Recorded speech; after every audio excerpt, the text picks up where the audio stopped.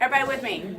1491 to 1607 is period 1. Period 1 is supposed to be approximately 5% of your content of your test next Friday. So if you're looking at the LEQ, the short answer, the DBQ, it could possibly be one short answer question could be covering something from period 1, and then one of the 3 LEQ options could possibly cover something from number 1, but your DBQ is definitely not going to be a topic from period 1, so that's something you don't have to worry about.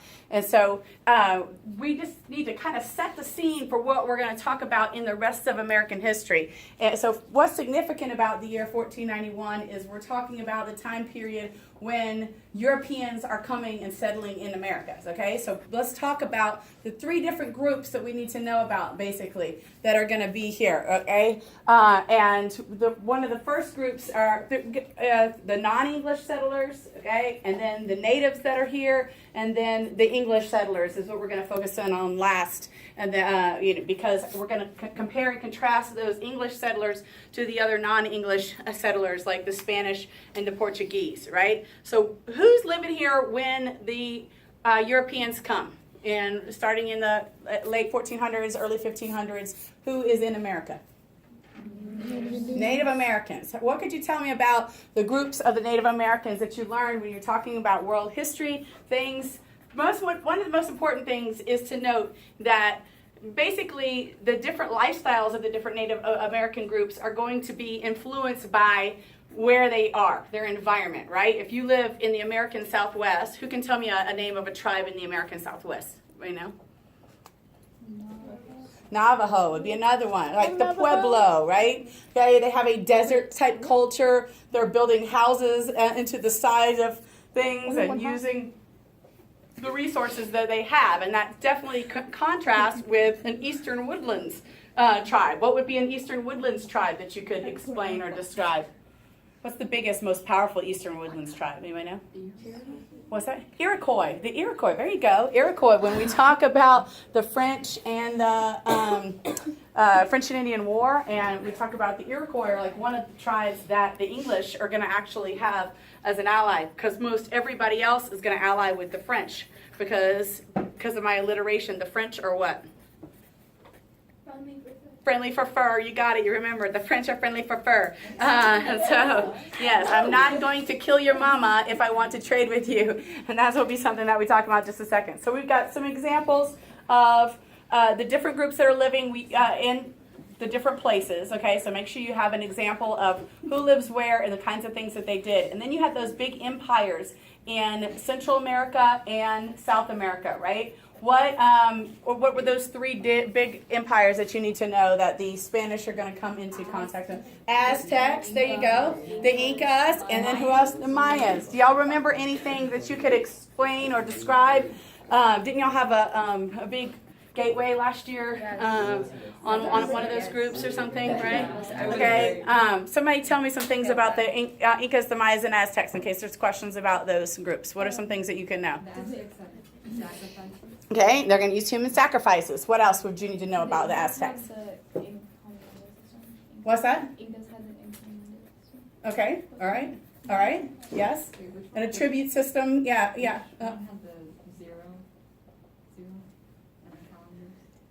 Mayan calendar, good. Incas have a famous road system. You can talk about that. You had the floating gardens for the Aztecs.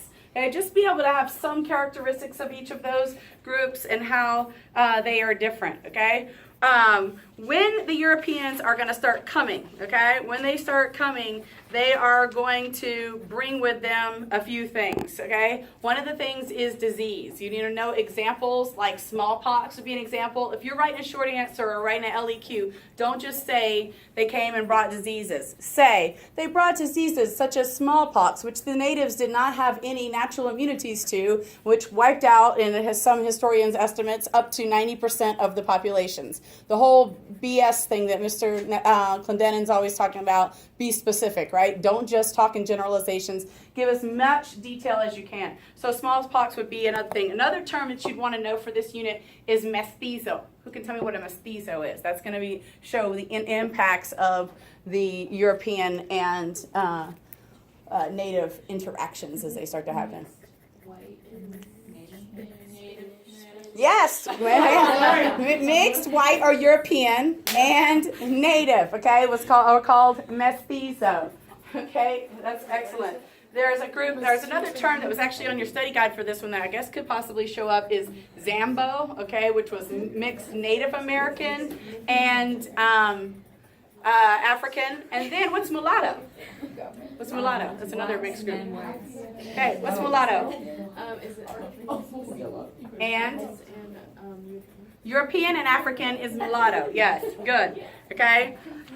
Let's talk about back to before we get the Europeans over. There are some reasons for exploration. You need to be familiar with the reasons for exploration. One of them is the different types of tools and navigation equipment, things like the sextant and the astrolabe. You'll remember studying about those in world history also.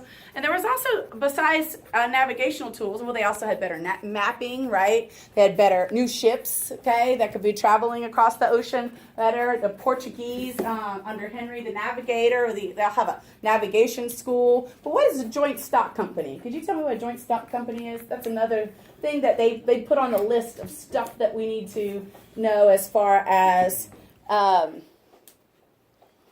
reasons for exploration or tools that are going to help at the age of exploration and settlement. Do you know what a joint stock company was? No. Who can tell me what a joint stock company is? Somebody in the house can tell me what a joint stock company is. Yes? Companies working with shareholders to buy the right to get lands. Exactly. Beautiful. You're going to put money in here.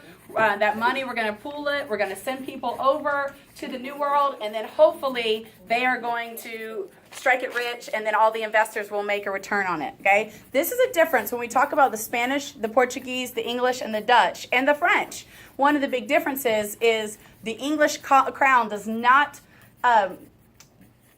support or fund settlement directly from the crown, yeah, right? They do not put their money initially into the settlement, and so it's a lot of the individual people for their own reasons with joint stock companies. In fact, with the whole Pilgrims, they had the Mayflower Company, but they also had a joint stock company helping to fund their settlement. Then also when we talk about Jamestown, there was a joint stock company that was funding them as well. So some of the things that make this type of exploration possible, better navigational tools, and joint stock companies, okay? And so when they get over, they bring diseases, okay? And the Spanish will establish the encomienda system. Who can explain what the encomienda system actually means?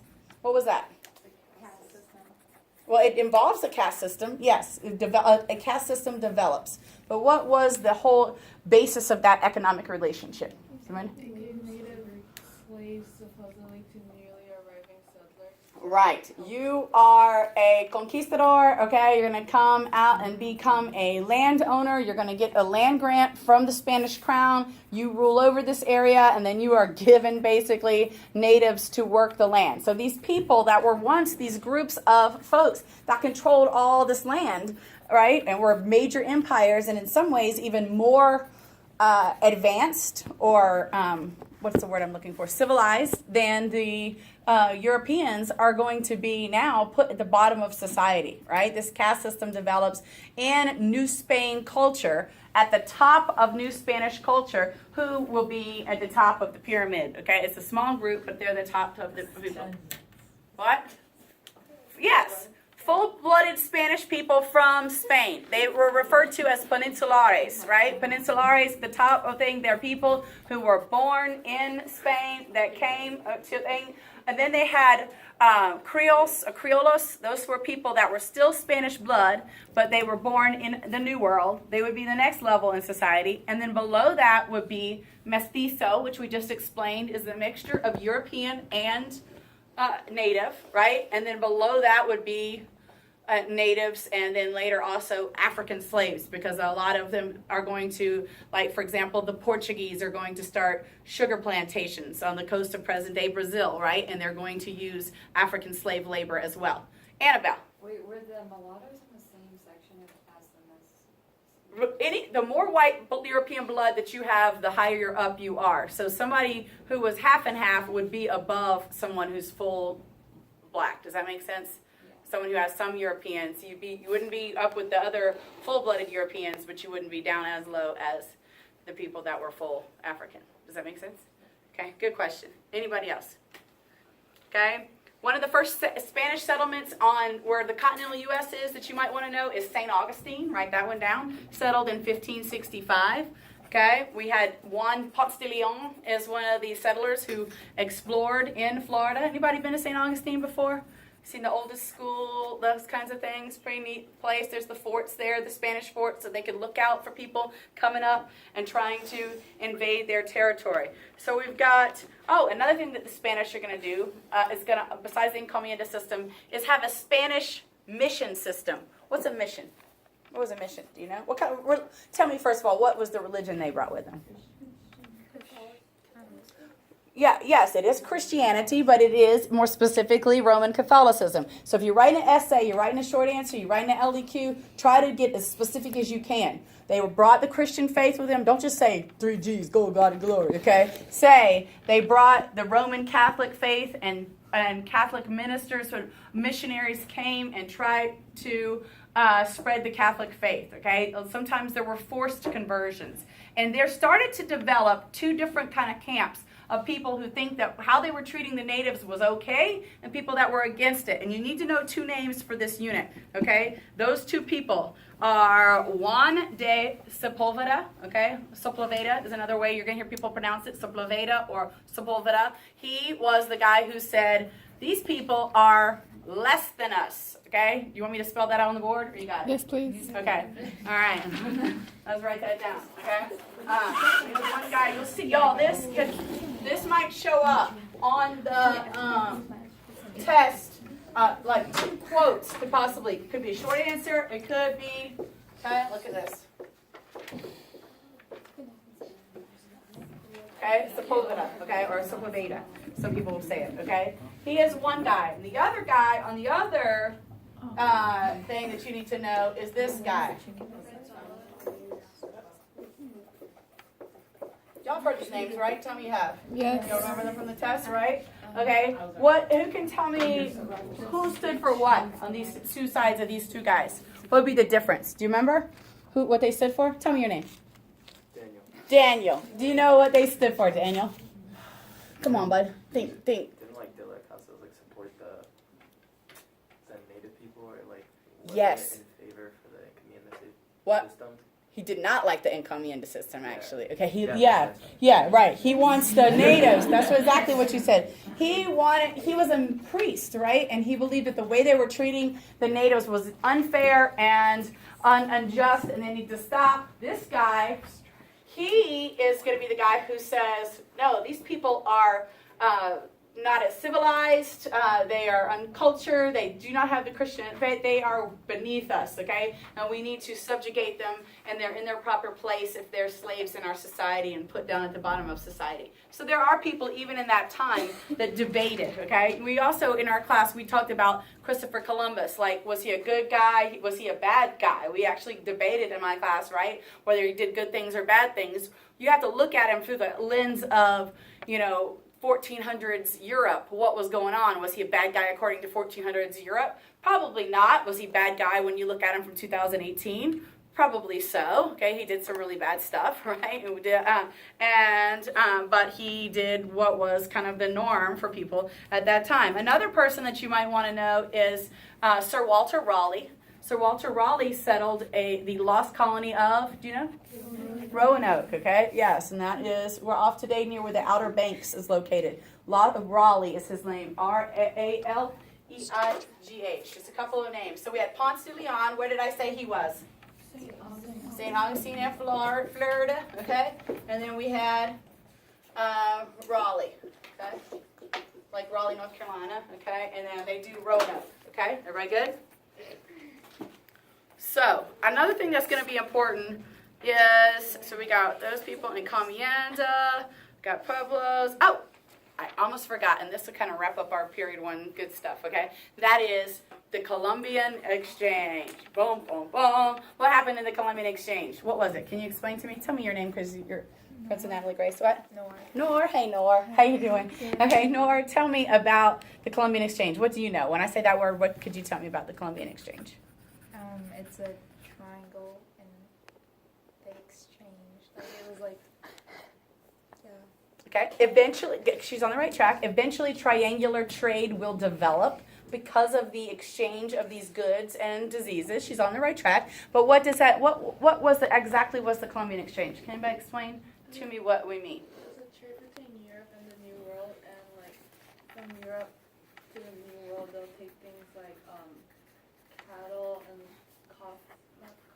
like goods that they had, and then New World will give raw materials to Europe for them to develop the goods.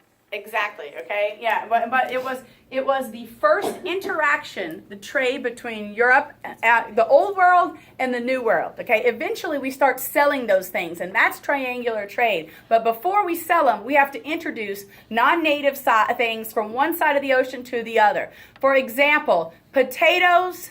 Okay, and corn. Maize. Where did they start out and where did they go? Where did they start out and where did they go? Who can tell me? What? Yes, Layton's got it. They started out in the New World and they went to the Old World. The Old World being Europe, right? And they were important because they are these nutrient-rich crops that become staple crops, and they are going to support the population of Europe, and they're going to allow Europe to switch over from feudalism to capitalism. That's going to be important, and less people growing the food that the people need, okay? So maybe the Columbian Exchange is ultimately responsible for the potato famine, okay? Because of those things, they switch from one side to the other, and Ireland, Europe becomes dependent on those goods, right? Okay, and so those were things brought from one side to the other. Part of the Columbian Exchange included diseases, like we just mentioned, smallpox, right? That was something that was brought from one side of the ocean to the other that wasn't there before. Okay, and so some of the things were good things, some of them were bad things, right? There were livestock, and go back to your notes and look at a picture before Friday of the different things that were brought back and forth from across one side to the other, okay? Let's kind of get a general idea. Eventually, okay, so basically anything that is sold from one side of the ocean to the other will be called transatlantic trade. But then the pattern with Africa, Europe, the Americas, the Caribbean that develops across the ocean becomes known as triangular trade, okay? So triangular trade, a lot of the things that are sold are those things that are, do you not believe me? Do you believe me, Daniel? Yeah. Okay, all right, I thought you were shaking your head like, no, she's wrong. She don't know what she's talking about. 20 years in the classroom, Lee has no idea. Okay, all right. All right, we're going to go ahead and stop right there.